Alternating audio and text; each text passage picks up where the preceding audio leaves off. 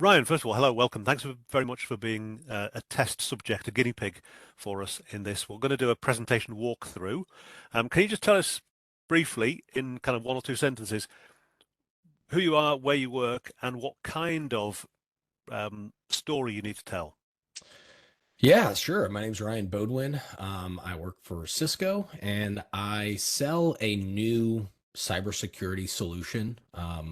And the story that I need to tell is, I think the card that really best fits is probably Hmm. order and chaos. So I think that's Okay. the story I need to tell because we had this nice orderly world Yep. and some chaotic things have happened, which Yeah, have too really right. made us need to rethink our entire networking and security model.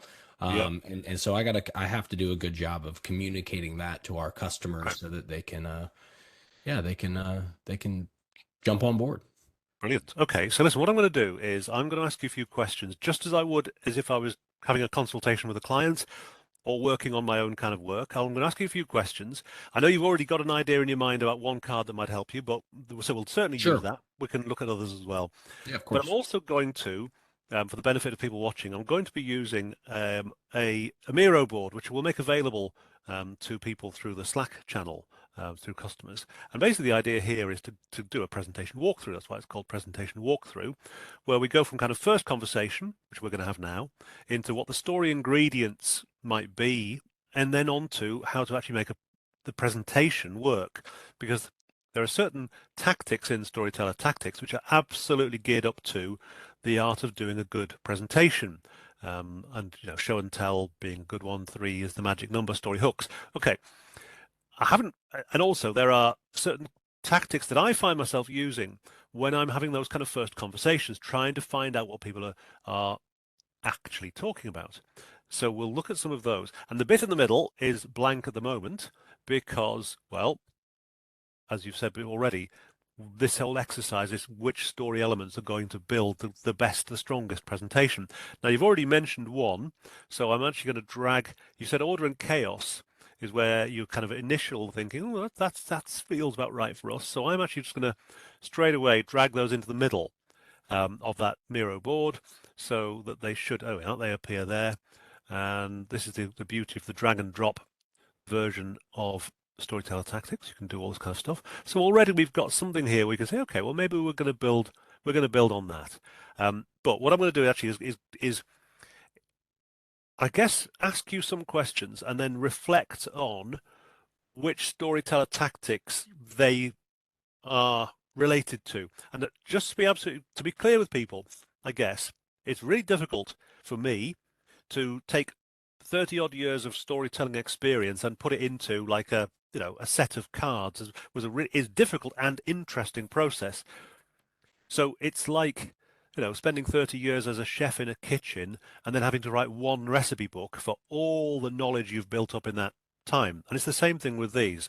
So it's challenging because what you're doing is I'm taking half a lifetime's experience and trying to turn it into about 150 words per card. So, okay, but A tall task. yeah, absolutely. But one that's really exciting and one that thankfully customers like you seem to like. So that's fantastic. It's great. It's the most fun I've had at work in a long time. Anyway, so what I'm going to do is just kind of look into the kind of questions I'm going to ask, and I'm going to sort of go back into just looking at the Miro board. So when I'm having a kind of first conversation with a client, somebody like you, Ryan, one of the first things I'm going to try and work out is, okay, what kind of story is it you're after? Who is it for?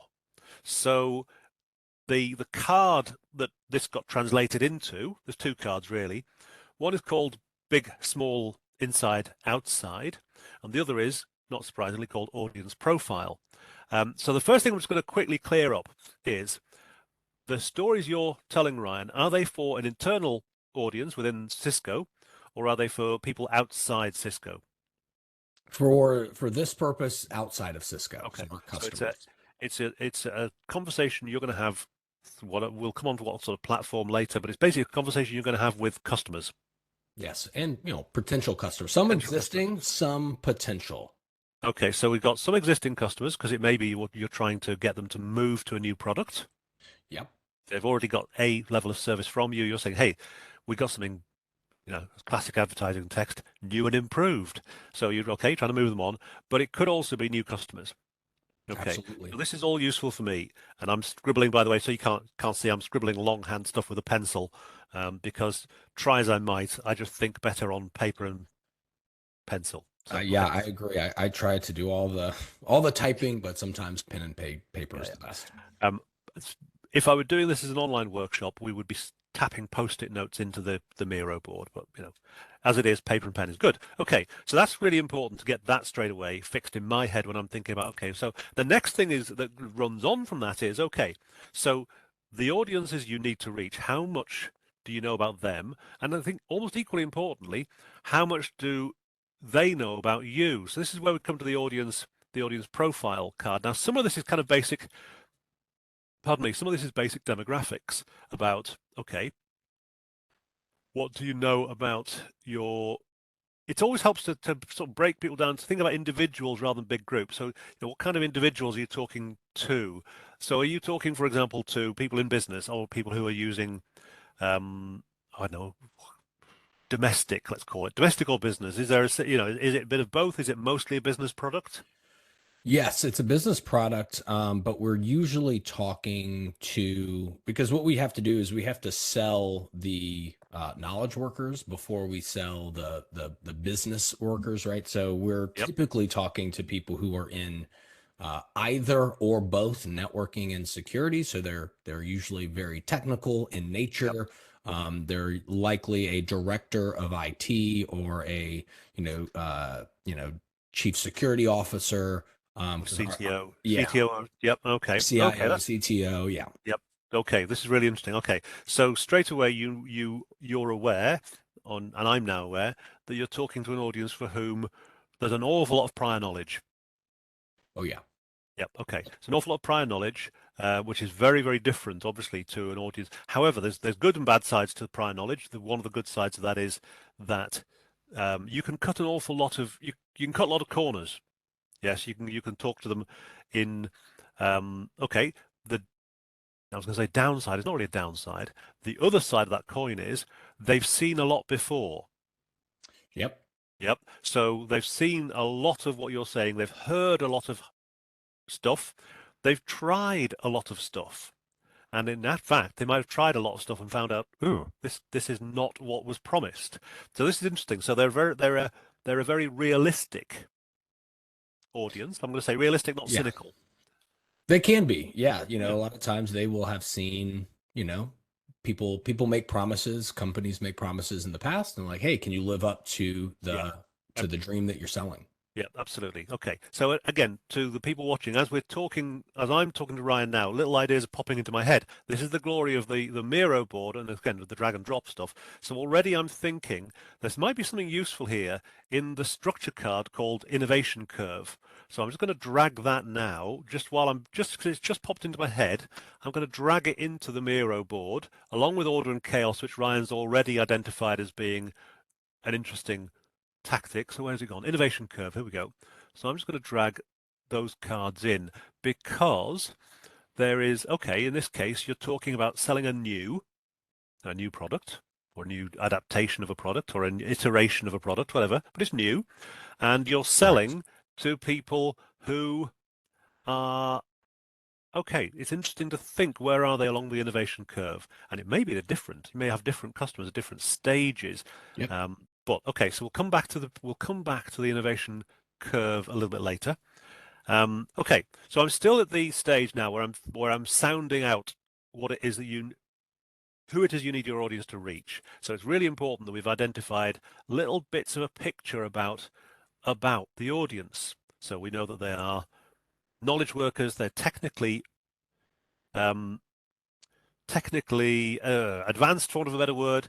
They may be the ones who will make the recommendation to within their company to the people who hold the purse strings, Yes. which is therefore their reputations matter. So we're coming to the audience profile card. Well, what matters to them? Okay, and who do they trust? And these kind of things. What makes them? So what? what are their hopes and values and ambitions? This is all in the first part of the audience profile card. So the basic stuff is, well, what problem are you going to help them with? But also then thinking, well, okay, so what's positive to them? And positive to them might well be that sense of the safe pair of hands. So they, within their company, are or want to be seen as the safe pair of hands, the trusted guide, the one who can explain stuff really simply and clearly. So that might be something that's really useful. Now, again, with all of these things, the more you can add to your understanding of the audience by actually talking to them and listening to them, yeah, the better. There'll be a certain amount of supposition where you're thinking to yourself, yeah, I guess that sounds about right. And some of it will be built on anecdote. I've heard people say this, this, and this. But the better picture you can build of your audience, obviously, the stronger the story can be because, okay, ultimately you're thinking, okay, well, I have a version. I kind of know where this person's at because I know a lot of people who are like them. So the more you turn the audience profile into a, based on real conversations with real people or real data, the better. But even if you are just going off your kind of gut feeling of, I think this is what my customers need, I think this is what they're after, I think this is what they, even if you're going off that, it's still, okay, you might be wrong, but it's still better than just scattergunning and trying to hit everybody at once. Right. Okay. So the audience profile makes for a good starting point. So when I'm having these conversations, the other thing as well, I think is for me a very good kind of card to think things through with you, Ryan, is that the card called "What's It About?" And now the more I've used the deck with clients, the more useful this card seems to be, because basically the idea of this is, well, okay, it's about new information. So your story, the thing you're doing, is either about new information, or it's about stuff is changing, or it's about personal benefit, or it's about a mixture of all those three. Sure. Yeah. Now, you mentioned that we've had a very quick chat before we started the recording, not in any great detail, but you mentioned about, look, everything's changing. That's why you're thinking order and chaos. Yeah. And give me a very quick outline of in what respect for your customers is everything changing? Sure. So if very basics, if you think about, networking, or if you think about how companies used to do business, Yeah. and I'm talking about like 20 to 30 years, the last 20 to 30 years, most people worked on site.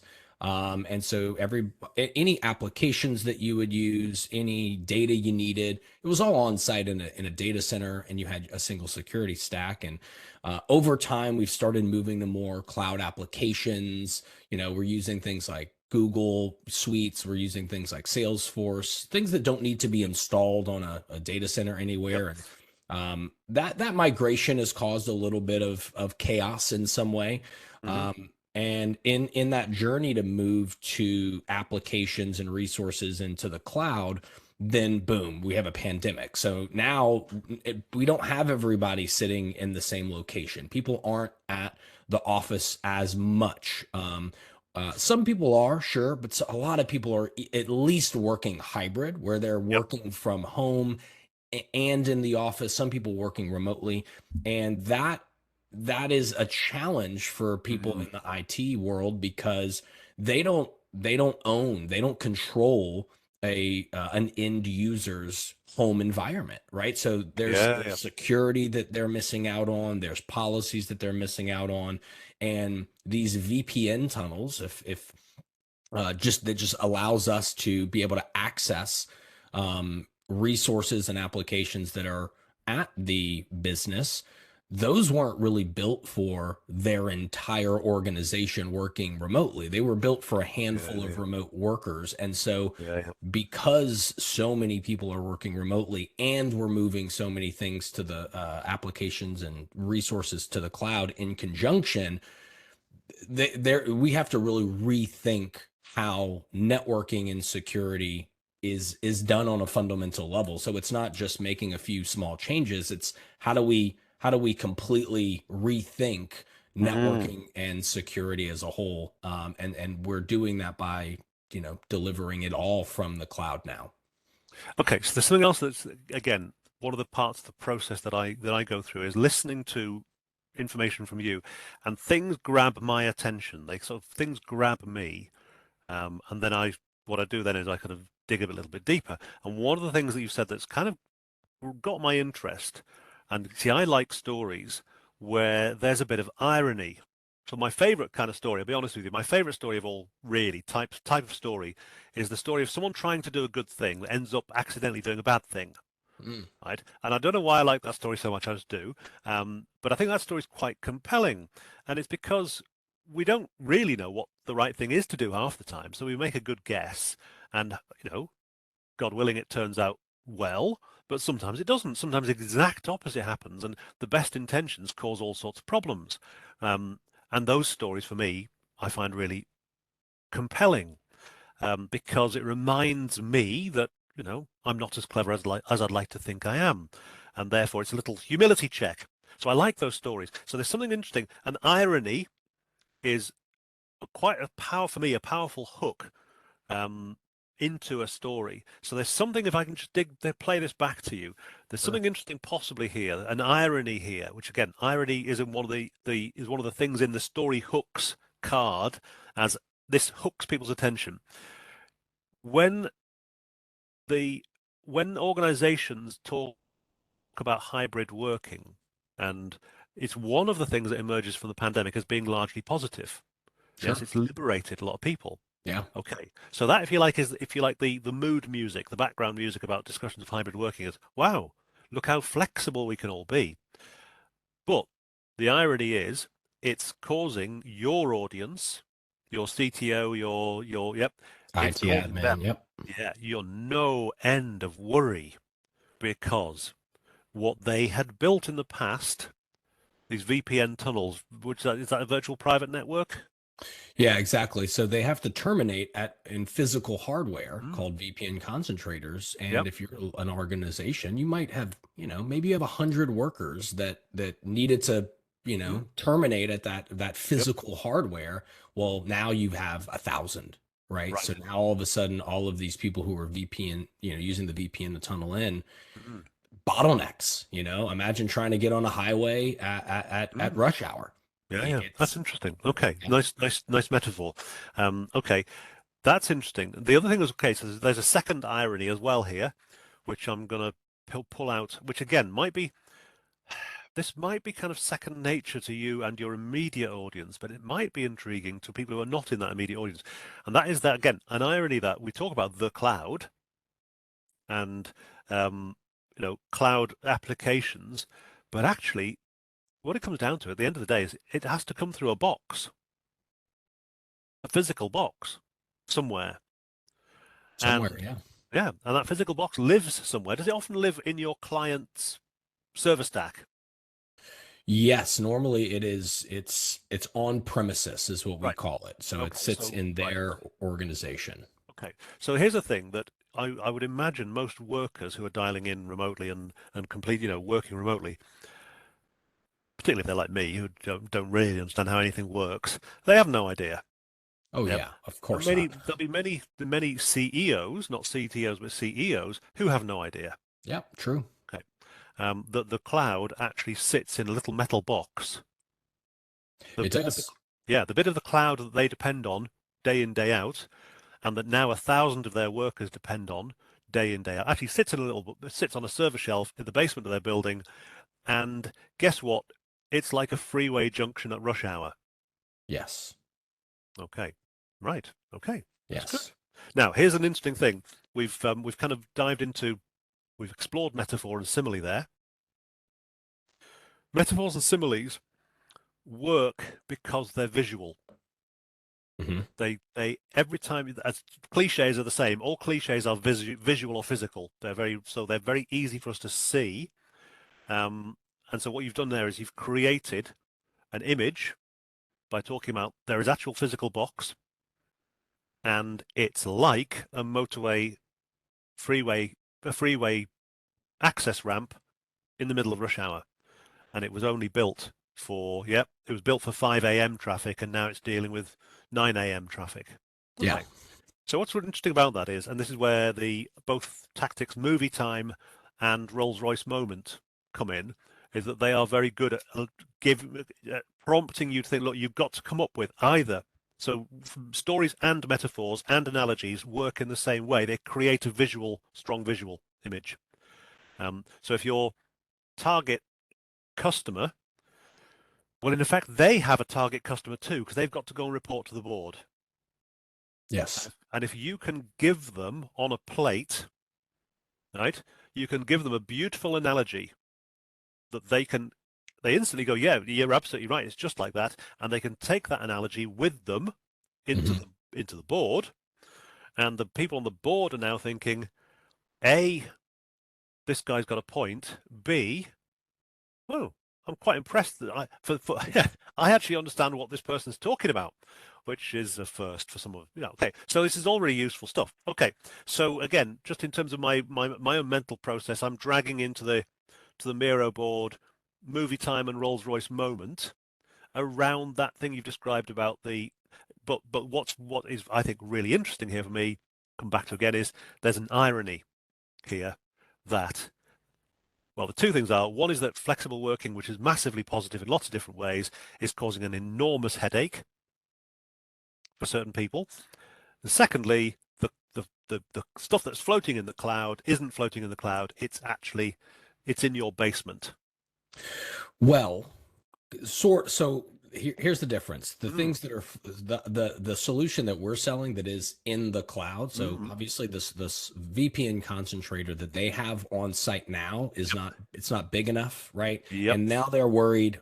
Imagine you're this company. Like, okay, well, yep, I could get a new VPN concentrator that's built for 1,000 mm, people, but mm, what happens in a year or a year mm, and a half where we've made this investment for 5 years, right? mm, What if people just start coming back into the office, right? mm. We don't know how to size it now. Got it. So instead of owning the box ourselves, Yes.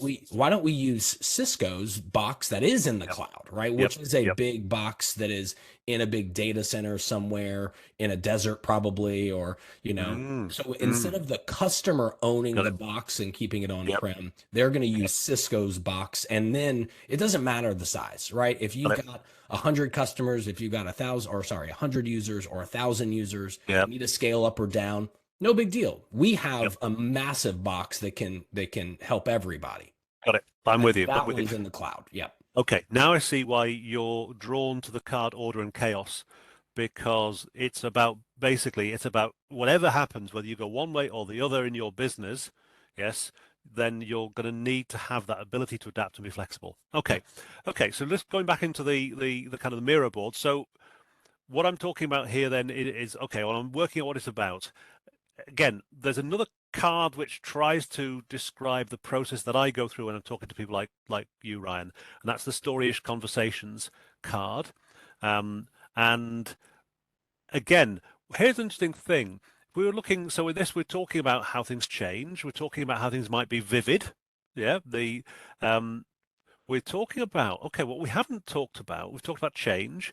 What we haven't talked about is emotion, which is interesting. Where do you think emotionally, what the people you're talking to, okay, if you're to think about their kind of emotional state before you deal with them and after you finish dealing with them, what do you think what's in your head about how they feel about the subject you're talking to them about? Sure. A lot of times they are frustrated. If that's an emotion, they're Yeah. feeling frustrated. They, this is a new world. It's a new problem. So they're probably a little scared, and they may not Mm, say that, but yep. they want to make sure that whatever decision they make is the right decision, right? They Yep. don't want to have to come back a year from now and be like, man, we really messed things up. Yep. Um, so uh, frustrated, scared. I think after they see the presentation, we want them to feel hopeful, right? We Hmm. want them to feel relief. We want them to feel like there's a path forward that Yep. they can get their hands around. Yep. Okay. I'll tell you what as well. So here's another interesting reason why the emotional question for me in the story listening or story conversations, the emotional question is very revealing. It's worth always pursuing. It's always worth asking that emotional question. Again, there's something in there you're telling me about. Okay, fear of making the right decision, and also thinking a year from now, 12 months from now, am I going to have to go back and say, sorry, I made the wrong call? Right. Okay, so again, if that's a powerful fear, and you can see why it would be as well. If that's powerful fear, that gives you, okay, well, that if you like ties back into the flexibility question of, okay, you could still make the wrong call, but you can't make it that badly wrong, insofar as you'll be committed to a service agreement, but you're not committed to a whole lot of infrastructure. Correct. Yep. Yeah. Okay. So that actually ties back into the flexibility case. So maybe the flexibility in the face of the great unknown, yeah, is obviously where it feels to me like that's the kind of heart of the story. So again, just going back into my own notes on the Miro board. What else? Okay, I put the card in that's funny on that board, and in a way, I think we've already talked about this, the contradictions and the fact that there's an irony, there's a contradiction, there's something funny about this idea of um, everyone's benefiting from flexible working except the people who are having to keep the tunnel open. Okay, the workers who are out in the field or out working at home are just imagining they're dialing in the same way as they download, they watch a film on Netflix. They think it's as simple as that, but it's not. So there's some interesting, funny moments here where you think, so that always for me, I'm always looking for something that's going to make people sort of sit up and think and go, oh, right, okay, I now have to see the world slightly differently. And that's why that's funny is in there on my kind of notes. Okay, so all of those are the sort of things that I'm looking for when I'm having conversations with someone like you, Ryan. And as I say, what I really like to dig out from those conversations is they kind of um, I bet you didn't know this, or I was surprised when I found this, or the last sort of question I'd like to ask you really is, okay, well, were there moments in your like last, as you've been preparing this approach, were there moments in your own research, your own understanding of the product where you went, oh wow, right, okay, I didn't realize it was that bad, or oh, that's funny, that I didn't. Right, are there moments like that in your Sure. own? Yeah, I think even from my own experience, I think probably from most people who work remotely feel this, right? Yep, So you go, "Oh man, like I love working remotely. I get yep, to just like be at home." But in that same moment, because your IT teams, your networking teams, your security teams weren't prepared for this, you've mm, probably also felt, man, like it's so much slower. Like I can't, like anytime I have to connect to the VPN, the bandwidth is really low, or it takes so much yep, longer to load things. It takes me yep. longer to do my job. So while we do, as end users who don't know anything about technology and Hmm. IT, we do love the flexibility. We also, in that, have felt headaches because we're Yep. like, oh man, like, and so what we end up doing is we will only use the VPN when we Hmm. absolutely need to. So if there are tools and resources that don't require it, we just Yep. won't connect to the VPN, right? And we don't think that there's anything wrong with that. We go, no big deal. So But we the might end up, IT team goes, you're avoiding all of the security that we have which in is place for there you. for a reason. Yeah, For example, you might end up dumping some notes from a document into I don't know, something like a Miro board, which you've set up with a friend to collaborate with, but you're sure. bypassing completely Yeah. the collaboration spaces that have been set up because they're Absolutely. too clunky. Absolutely. Or you're I'm on a corporate owned laptop, and I might You know, if I'm on if I go to a certain website while I'm at work Yep. that might be malicious and have some funky things on there that my Yep. company doesn't want to get on my computer and then affect the rest of Hmm. the network, well, if I'm at work, it's just blocked. I can't go to that website, Yeah. right? Yeah. Whereas Yep. if I'm at home, no big deal. I can go to that website. I could download some things. I could put some Yep. things on there that once I do get back on the network, maybe that gets Mm. released onto the whole network because now it has a tunnel in. And Got it. I Got it. have no idea. I have So what would be really useful here to bring this to life, because I sort of see it, and I can sort of see that, okay, what would be really interesting to bring this bit to life would be to, and this is where movie time would be really useful, would be to think, okay, are you aware of an actual situation, or so in other words, a real life situation where somebody has done exactly that. They've gone, oh, I can't do this at work, but I can do it at home, and they've gone off in a completely innocently gone off to a and then done some damage by bringing that stuff back in. So to actually relate it, now obviously there's you've got to be careful about client confidentiality here, and dropping somebody in trouble. But if there's either a real example you can anonymize, yeah, Mhm. without getting someone into trouble, or a really plausible, based on reality scenario.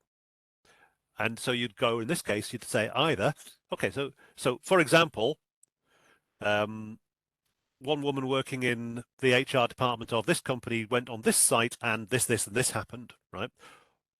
That's a for example, real actual story.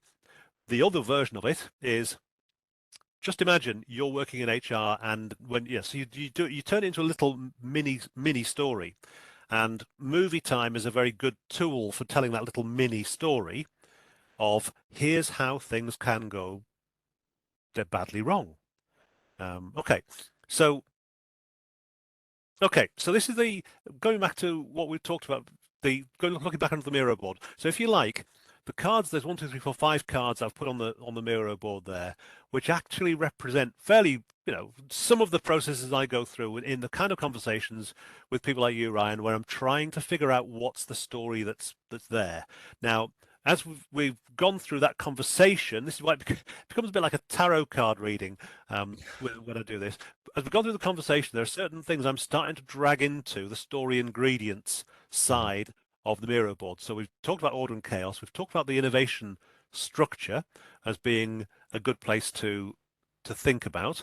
We're also clearly talking about um, story hooks, which I've already got on the board actually, because irony is, and a story hook you're going to come back to is in terms of how do you actually write a presentation. Mhm. But clearly there's something going on here about there's an irony going on here, which I think is quite a good hook. The other thing as well we've talked about in terms of creating if you like, a little nightmare scenario of here's what happens if you get it wrong, yeah, or here's what it's not even it's not even here's what happens to you, the IT, the CTO. It's here's the liability. Yeah. One of your team inadvertently does this. Yeah. And imagine how she'll feel when she gets that email from IT saying, do you realize what you've done? And she's going to feel absolutely awful. Okay. And the moral of the story is, so that's why movie time's in there. Um, okay. So the other, just so people can see the other kind of thinking. So those are the kind of thinking around my first conversation. Um, now, as you can tell by looking, if you're familiar with storyteller tactics, I've made an attempt to kind of try and systemize this. And the first attempt was the story building system. So it's actually thinking, okay, well, in this case, do you know why you need a story? Yes, you clearly do. Where do you find your story? Well, it's in the experience of other customers. So sometimes I use this. So for example, if we were going to say, well, where do you find your story in this instance, Ryan? It's why I asked you, do you know of actual examples of well-intentioned customers who have inadvertently caused chaos in their organizations by going off onto sites they shouldn't be on, by avoiding the by avoiding their own VPNs because it's too clunky? Yeah, that's a good question. I don't have explicit examples, but I have like really broad examples. But it doesn't mean that I can't find really explicit examples through colleagues that I work Yeah. with who are, because as a salesperson, it might seem I'm a little technical, but like I am non-technical at Okay. all whenever Okay. it comes to Well, the greater scheme of things. well, So I have some places where I can get some of those good. stories. Okay. What I would say with that is do reach out to your colleagues, Mhm. because, well, first of all, it has a really positive impact on the culture of your team because they go, oh, right, okay, sales are listening to us, Mhm. which is great. So do reach out.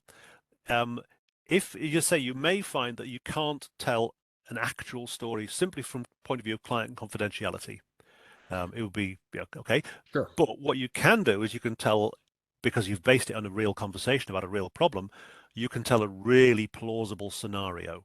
Yeah, And, exactly. and the great thing about the plausible scenario way of telling that story is you can use the second person pronoun. So you can say, imagine you have an IT team, an HR team, all working remotely, and one of that team, young woman, goes on to, yeah, so you can, one of your team, so you can turn it into your, using that second person pronoun makes a really Yeah. strong connection. Okay, so it becomes very relatable to the person who's listening.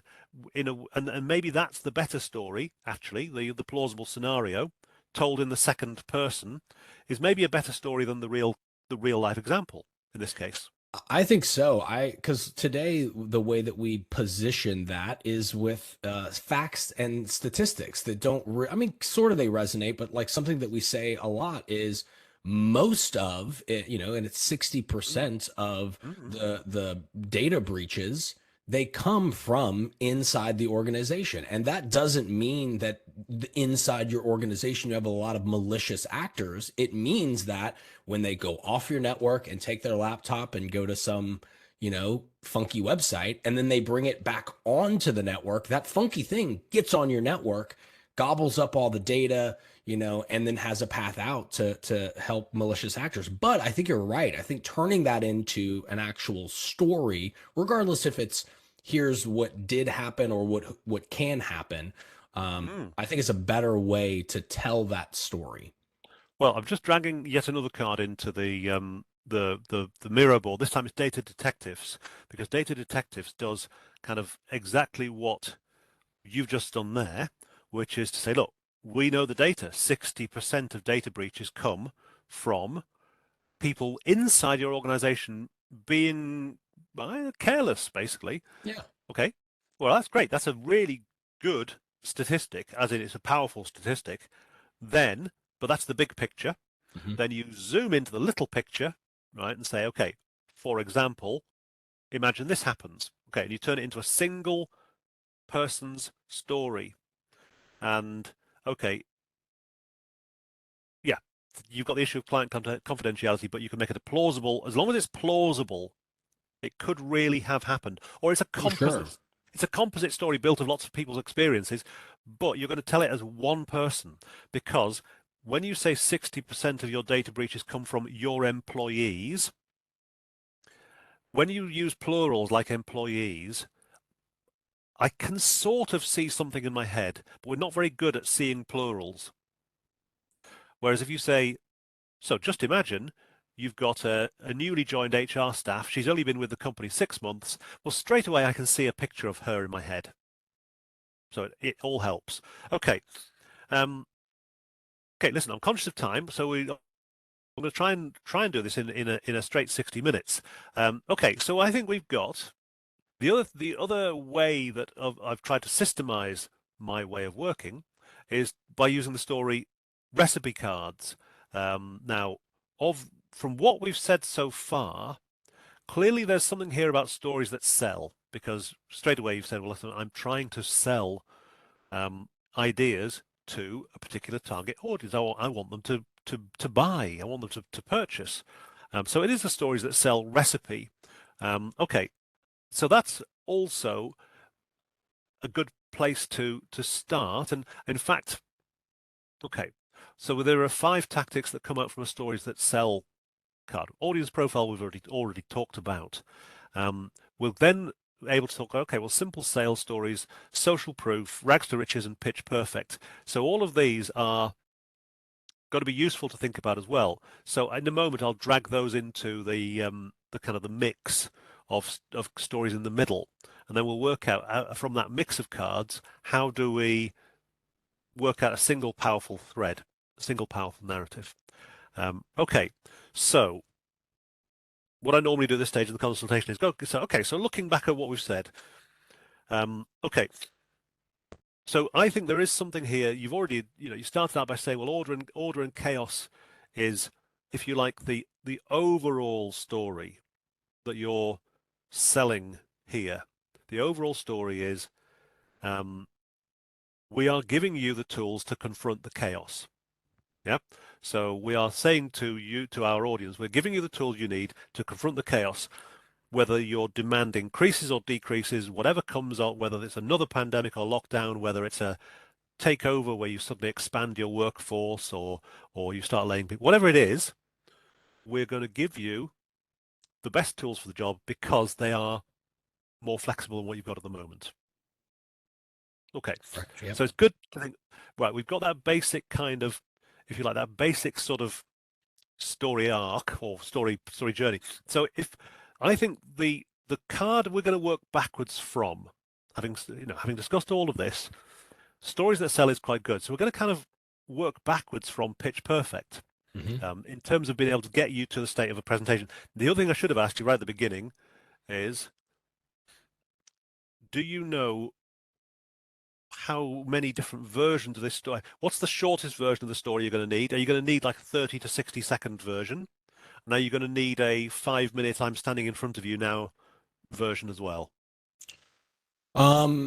We usually need about a 15 to 20-minute version. That's Okay. that's our most common one, but probably Good. also, yeah, let's call it like 60-second to 3-minute version Yeah. if we want to kind of quickly get our Yeah. idea across to sell them Yeah. on just like getting on a call with us. Yeah, absolutely right. Or that opening email to even get them into the call. Yeah. Okay.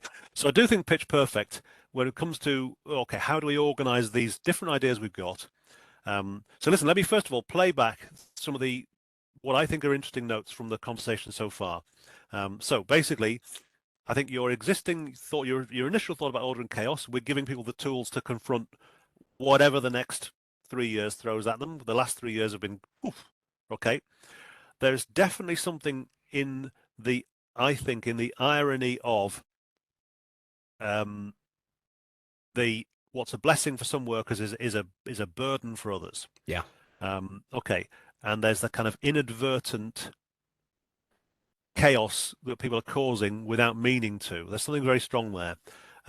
I think there's also something very strong visually around the scenario of what does bad look like. Yep, that's a very strong visual scenario. And okay, that's a good start. So what I'm going to do is I'm just going to find the pitch perfect card and put that into the mix on the Miro, and we're going to work backwards from pitch perfect. So pitch perfect is a function card. Let me see, just find it there. Okay, and we can look at the other ingredients of the stories that sell card. But I think fundamentally, let's have a look. Pitch perfect. And the reason why we're going to work with pitch perfect is it gives, in that one card, you've got like 2 versions actually. So I'm just going to drag it into I'm going to make it big on the Miro board because it's going to be our kind of main angle. Okay, so on pitch perfect. Okay, there are 2 versions basically. One is to say, okay, what is your basic elevator pitch? And this is your ability to tell a story in 15 to 30 seconds. So it could be the opening line of an email. It could be a very short piece of video on LinkedIn. But essentially, it's, okay, what's the problem you're solving for me, and me being the customer, because I want to know, what are you doing for me? How do you solve it? Okay, so, and then interestingly, why should I trust you? And on the card, I've indicated that trust me, I'm an expert is a good card here, but actually, Why should I trust you? Social proof might be a really strong tactic to think about here. I'll give you an example. I went into the pharmacist today to have my COVID booster jab, and I saw on the wall an advert. It was a point of sale display for Viagra, Mhm. popular drug with certain men, and it said trusted by 1 million men on the point of sale. Yeah. And that's a little social proof story, Yeah.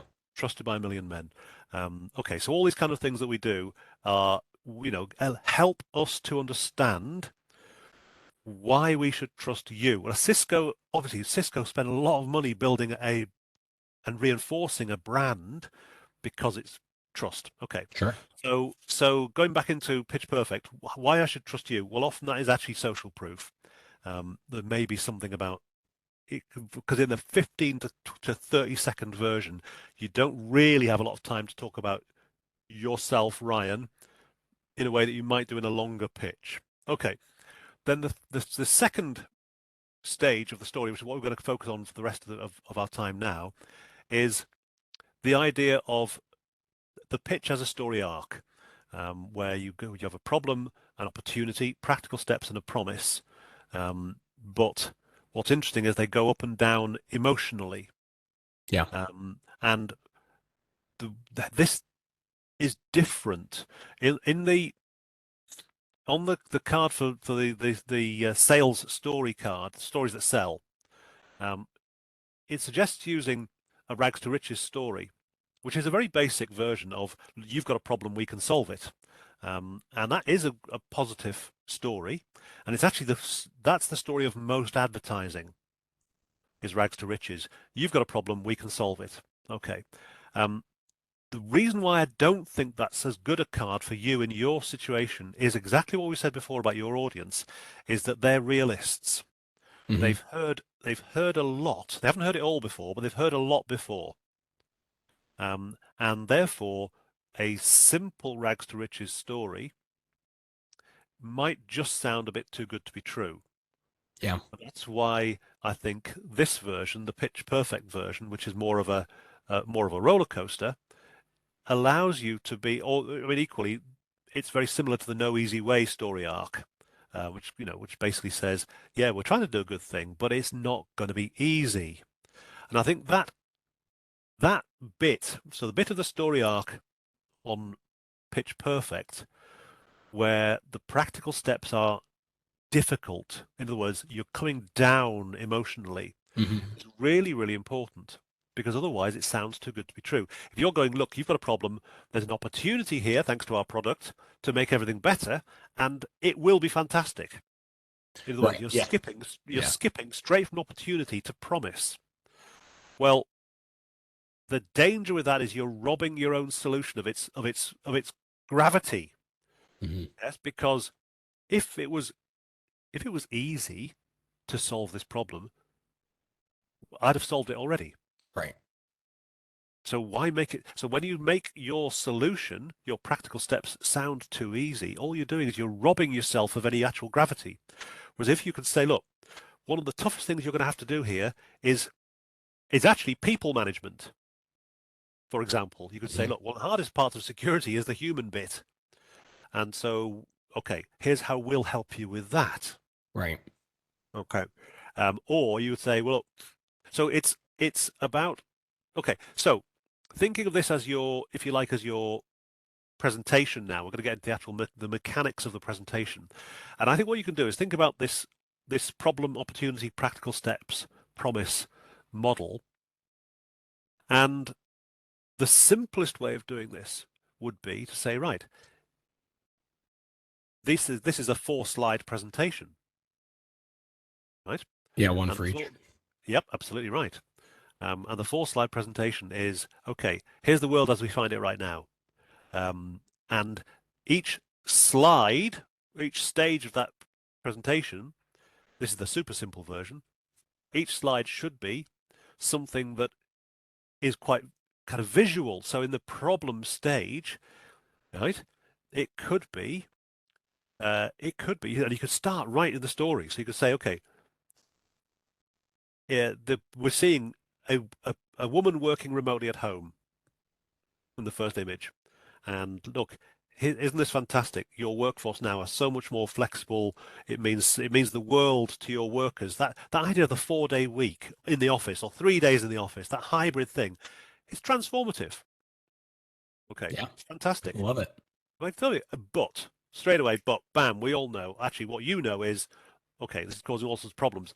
And then you can do the little, for example, the little visual. So, for example, you know, one of your HR team could right this minute be on a music streaming site. Sure. Yep. So you paint BitTorrent site, yeah, absolutely. Okay. So you're straight away painting a little picture. Okay, on that first slide. Okay. You then think, okay, if I'm going to do like a 4-slide version, which you could do, for every version, I will come on to show and tell in a second. So the opportunity one is, okay, the opportunity clearly is the fact that actually everyone, workers and CEO, C-suite, the people who they've got to sell this idea into, are now familiar with the technology of remote working. That's a great opportunity. It's a fantastic Sure. moment in life. Yeah. And also Cisco have a product. Okay. So you've got back to that nice image of the congested freeway entry. Yes. Mhm. That everyone's trying to pile in through these congested entrance points. But we've actually, no, you know what? The last 3 years have taught us at Cisco a heck of a lot about cloud working, so we can actually scale you up really, really quickly in the cloud. So there's your opportunity. Mhm. And again, it could be again a really simple visual, like an image of a congested freeway. Yeah, Yeah. yeah. It could be that sort of thing. Okay, so The that's the opportunity. opportunity is, well, hey, now we have a flying car. It's going to take you Oh over yeah, yeah, take absolutely you right. over. It's absolutely right. Yeah, absolutely right. Or yeah, um, yeah, or an Elon Musk style tunnel going under, Sure, whatever. Yeah, boring whatever company. we've Yeah, got. tunnels. Yeah, Yeah, whatever we've got. whatever. We're gonna just do away We with have it to completely. rethink. Yeah, Yeah, we're not like rebuilding the highway infrastructure. Let's think of yeah, a new way to travel. yeah, Right. absolutely. Yeah, absolutely I like right. that Yeah. opportunity. So we're all gonna. Practical So steps. I've got I think that right. for us specifically, I've got a few practical steps in mind. This is a card that I had already kind of had looked at and thought about, man, what are our practical steps? And Yes. for us, it's interesting because while we do have um, this solution and it's in place, Yep. the promised land, right? We're saying it's a journey, right? Like Mm. it is Mm. the promised land is coming. Yep. And there is a solution today, but that solution is it's a simple version, right? It's an Yep. incubation. It's brand new. So there's still some Yep. milestones that we have to hit. So there are Yep. certain features, Yes. edge use case features that some Mm. customers may want that we're like, Mm. it's not ready yet. We don't Okay. have those things yet, but do you still Yep. want to come on this journey with us? It's Yep. also not available everywhere, right? It's only Yep. for the US and parts of Europe. So, hey, if you have offices in, somewhere in Asia or Latin America, like, Yes. hey, Yes. we can't do this for those users yet. But if we want to start with a slow rollout in the US and then eventually move into Europe, by the time Yep. we get to those onboarded, we may have Asia ready. So this is a slow. So again, it's not, hey, this is ready to go and it can help everybody. It is, come on this journey with us. There are some things that we still have to accomplish, and you're Yep. going to help us work towards this promised land. And in a year and a half, 2 years, when this is all kind of worked out, you will have your entire global organization in. You will have these edge, niche features. They will be baked in, but we're still working on it. The other thing I think which is interesting here is in that space now we're talking about the practical steps space. This is where you get to talk about you, the character in this story, the bearer of the message. Mhm. So you are not a neutral figure. You're not right. Well, we won't see you as a neutral figure. You're not a neutral presenter of Like facts. a narrator. No, you're not a Okay. neutral Right. narrator. You are a player in the game, Mhm. and we will assign you a character whether you like it or not. Yeah. And if you Good. don't if you don't make any effort to adopt a particular character, we'll assign you as being the greedy capitalist trying to sell me something. Yeah. Okay. Well, Yeah. clearly that's a role as part of your role. You're trying to make money, but you've also got an opportunity here in the difficult practical steps to adopt another person, a character, or another element of your character, which is in the card Hero and Guide. So in the Hero and Guide card, you are basically you're saying this is a journey. We're with you. This is your journey. Yep.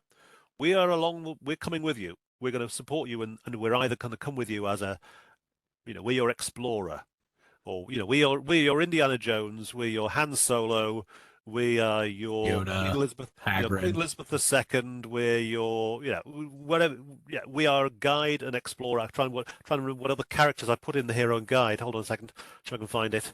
Hero and Guide. Here we go. So Hero and Guide. Yeah. So you're on the journey. We are your explorer, your rebel, your wise sage, your defender, your inspiration, or your fighter. So we will, we are there in your journey, and you can present yourself in that way as a good character on your customer's journey. Yeah. And then obviously the promise. Well, the promise obviously is that kind of. There's a great card for promise, actually. Let me see if I can find it. You probably know if you know the cards, you'll know which one I'm going for. Ta-da! Happy Ever Afters. Oh, no, I haven't seen that one yet. Okay, so Happy Ever After. So obviously there's a version of the promise which is like your business is safe from the dragon. Yes, you are now, thanks to our help, you are now the person who can balance between order and chaos. Okay, so you could come back to the question of order and chaos at the end. Yeah, or there is in Happy Ever Afters it says, well, look, one of the issues here, what does Happy Ever After look like?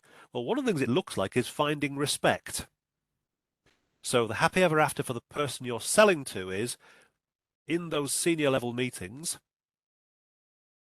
Not only are you presenting something which is saving money for the company, okay, but you are presenting yourself as your customer is presenting him or herself as the safe pair of hands, worthy of respect. Yep. Okay, so that's quite nice. Okay, so listen, I'm going to try. What I'll do is I'll whack this onto the Miro board in a little bit more once we've finished the conversation. But essentially, if I can show you, what I've got here on paper, right? Okay, here it goes. Right, so I work on big bits of paper. You can't really see, but down That's here, great. Yep. okay, and I'll talk you through it. So basically, what I've got down here is it's a pitch perfect story arc. At the beginning, and I'll put this on the mirror so you can see it. At the beginning, I've got story hooks because there's an irony going on, and order and chaos because that's the kind of, if you like, the overarching feel of what you're doing. So those are at the beginning, right? And in your lightning fast pitch, you can work both of those elements into 2 sentences about, okay, remote working, what a blessing, but ironically, what a curse for IT.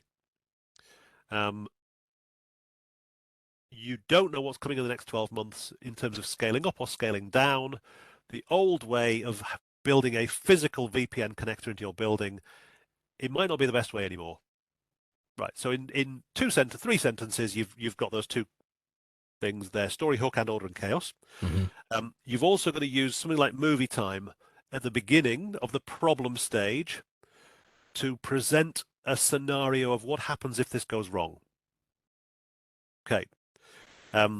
You then have the chance to talk about the opportunity. I think I'm going to suggest using a card called Rolls-Royce Moment, which is about creating a vivid relatable image to represent the opportunity, the idea of the freeway that you came up with, the freeway ramp. Okay, well, that's a kind of Rolls-Royce moment because it's vivid and it's relatable and it tells me everything that I need to know. Okay.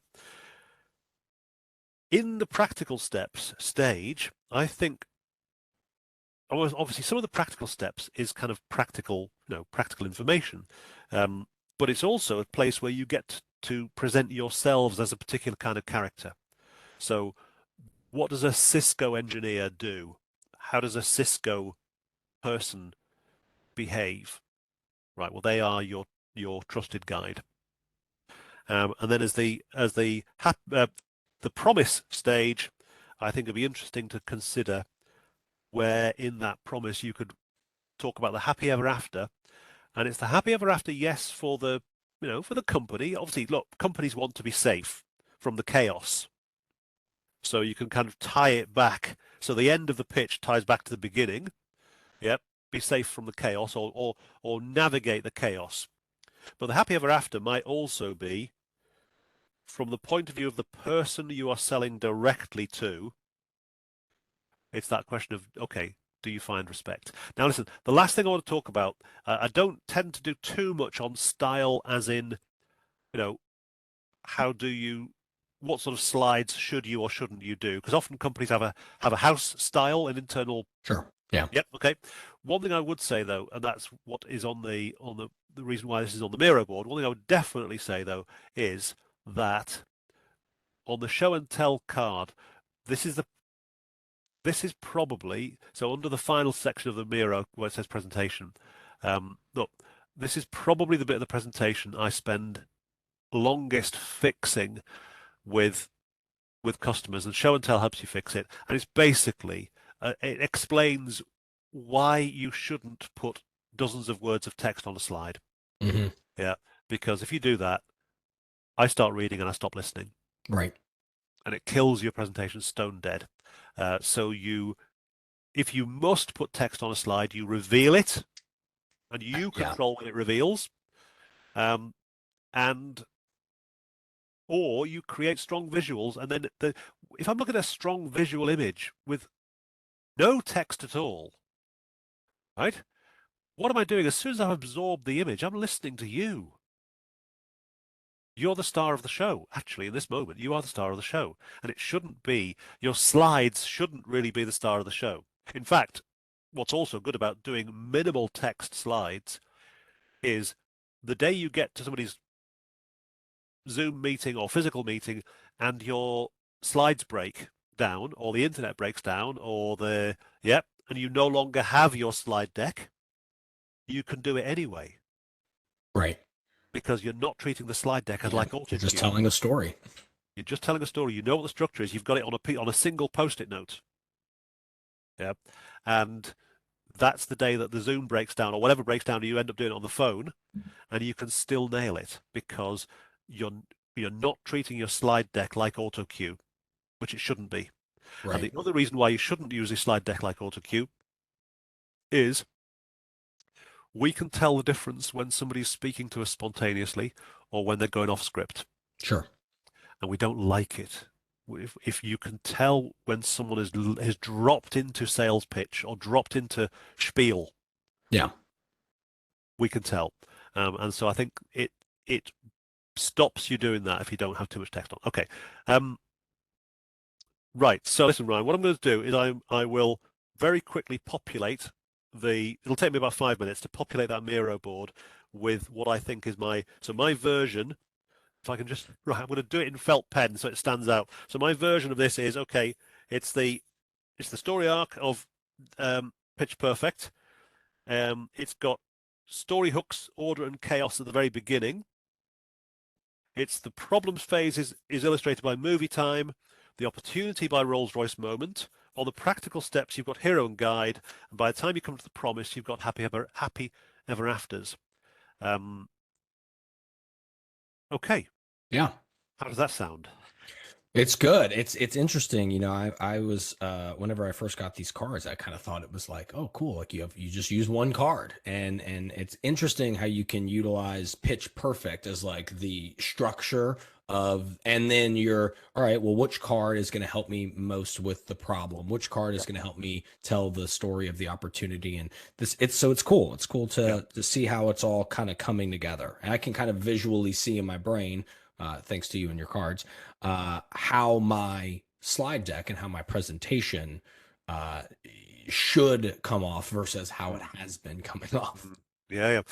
I think really powerful in this, and I think this is really, you know, this is where you go from just presenting facts and information into storytelling, is you're thinking, right, what is the emotional shift that I want to, right, when you tell somebody a joke, right, it's because you want to make them laugh.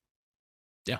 Yeah, you tell them a joke, you make them laugh, and when they laugh, you go, genius, landed it, and everyone feels good because what you set out to achieve, you've achieved. They've moved from one emotional state to another. Actually, the same with story.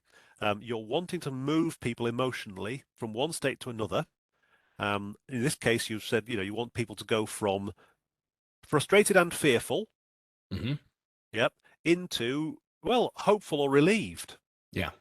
Okay.